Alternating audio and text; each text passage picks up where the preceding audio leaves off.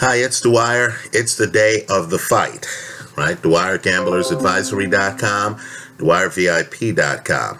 But first, remember, the opinion you should follow should be your own. Just consider this video to be a second opinion from a complete stranger online. I like the favorite in this fight, Jorge Linares. I think he's a future Hall of Famer. I think he's underrated. I think the fact that he is a hard-hitting combination puncher like Ray Leonard, right? In other words, don't confuse these slick boxers with pretty boys. This guy will hurt you. He will take you out. Look at his KO percentage. I think that kind of aggressive two-handed fighter beats a counter-puncher who is patient on his back foot trying to set traps like Olympic gold medalist Luke Campbell.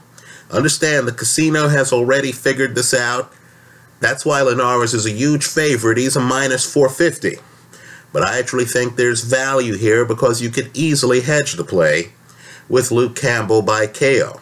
Now I understand the fight is in Luke Campbell's backyard. And I understand Luke Campbell is a southpaw, right? But what I want people to do is to realize that Linares has dealt with tough southpaws in the past. Look at his fight against Arakawa, right, who was a southpaw. And that Linares throws so much more volume than Campbell, is going to be able to get off so many more shots and leaves such a small window for a counterpuncher, right? Again, Linares two-handed, unlike Manny Pacquiao. Right? When Linares jumps in, you don't know if he's leading with a left or a right. Right? Linares is throwing combinations and he's heavy-handed. So you can't sit there and think that you'll have enough time when he jumps in to counter what he's doing, because you're dealing with the punches he's throwing back. And because Luke Campbell lost to Ivan Mendy, who I thought out-hustled him, right, in a way that Linares is capable of exceeding. I just don't see how Campbell, the former Olympic gold medalist, is going to be able to be competitive in this fight. I believe Campbell's only chance of winning this fight is by stoppage.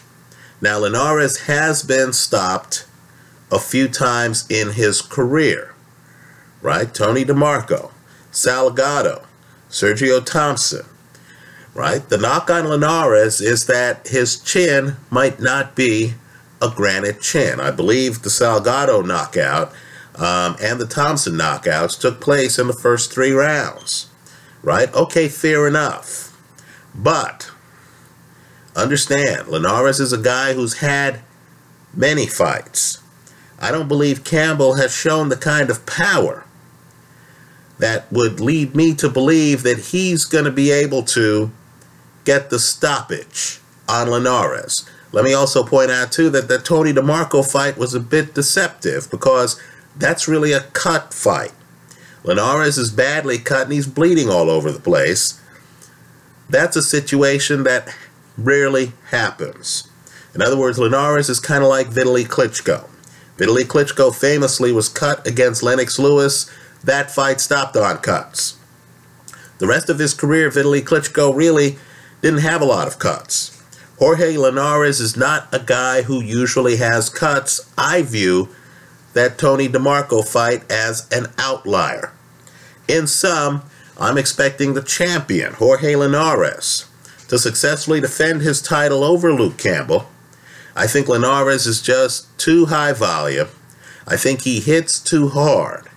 I think his combination style is exactly the kind of style to give a Luke Campbell a slower paced puncher who's looking to land clean counters problems. You can't wait to land clean counters against a guy who's coming in with 4-punch combinations. Understand too, Linares is the champion. Campbell has to do something to take his title. In other words, a tie goes to the champ.